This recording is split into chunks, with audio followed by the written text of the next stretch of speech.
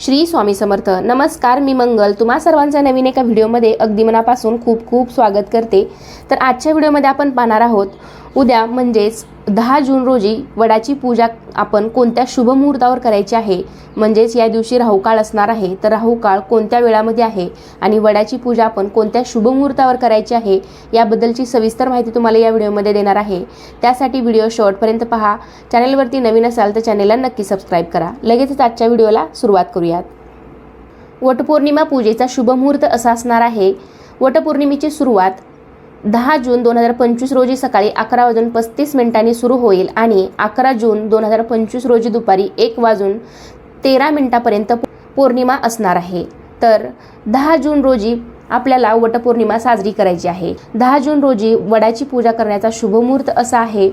वैदिक पंचांगानुसार वटसावित्री व्रताच्या पूजेसाठी सर्वोत्तम मुहूर्त हा 10 जून रोजी सकाळी 11:55 पासून ते दुपारी 12:51 असणार आहे.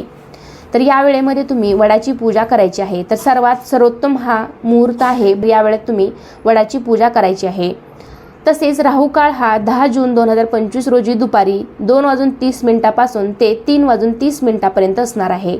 तर या वेळामध्ये तुम्ही चुकूनही वडाची पूजा करायची नाही, कारण आपल्याकडे कोणतेही शुभ कार्य राहुकाळामध्ये केले जात नाही.